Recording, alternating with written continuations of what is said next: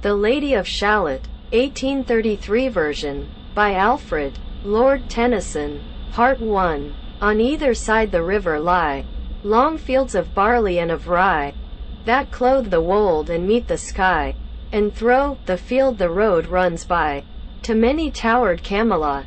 The yellow-leaved water-lily, the green-sheathed daffodilly, tremble in the water chilly. Round about Shalott, willows whiten, aspens shiver, the sunbeam showers break and quiver, in the stream that runneth ever, by the island in the river, flowing down to Camelot. 4 grey walls, and 4 grey towers, overlook a space of flowers, and the silent isle embowers the Lady of Shalott. Underneath the bearded barley, the reaper, reaping late and early, hears her ever chanting cheerly, like an angel, singing clearly, o'er the stream of Camelot, piling the sheaves in furrows airy. Beneath the moon, the reaper weary, listening whispers, "'Tis the fairy Lady of Shalott." The little isle is all enrailed with a rose fence, and overtrailed with roses. By the marge unhailed, the shallop flitteth silken sailed, skimming down to Camelot. A pearl garland winds her head, she leaneth on a velvet bed, full royally apparelled. The Lady of Shalott. Part 2. No time hath she to sport and play, a charmed web she weaves alway. A curse is on her, if she stay her weaving, either night or day, to look down to Camelot. She knows not what the curse may be, therefore she weaveth steadily, therefore no other care hath she. The Lady of Shalott.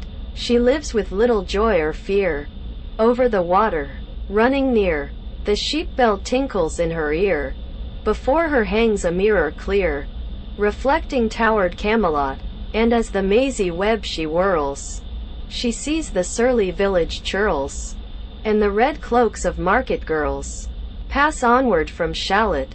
Sometimes a troop of damsels glad, an abbot on an ambling pad, sometimes a curly shepherd lad, or long-haired page in crimson clad, goes by to towered Camelot, and sometimes through the mirror blue, the knights come riding 2 and 2.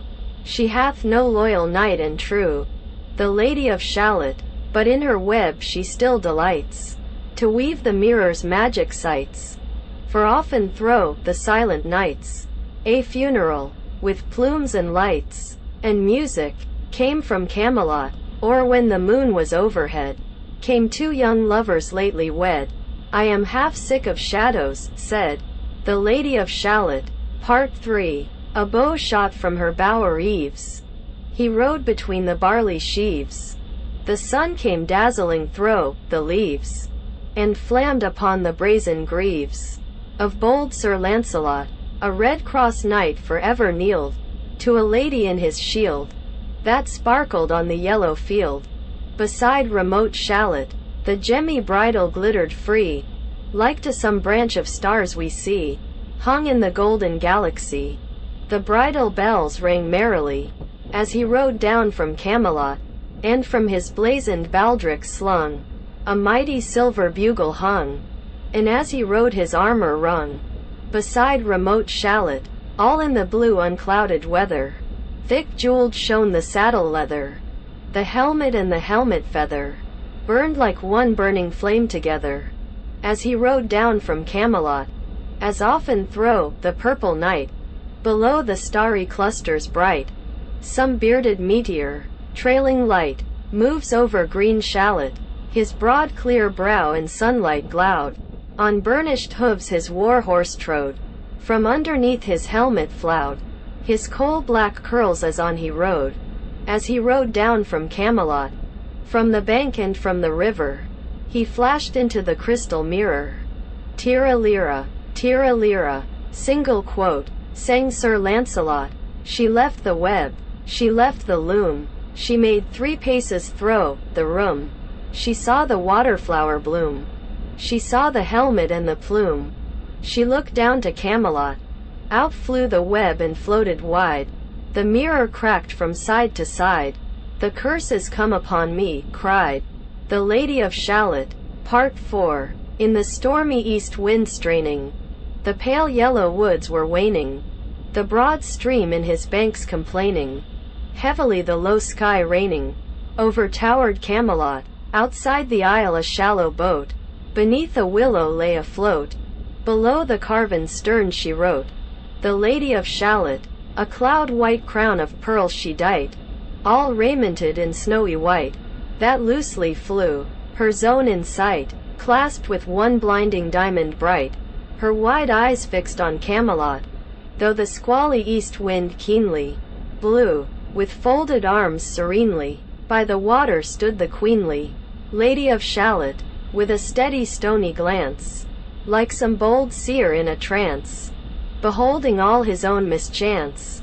Mute, with a glassy countenance, she looked down to Camelot. It was the closing of the day.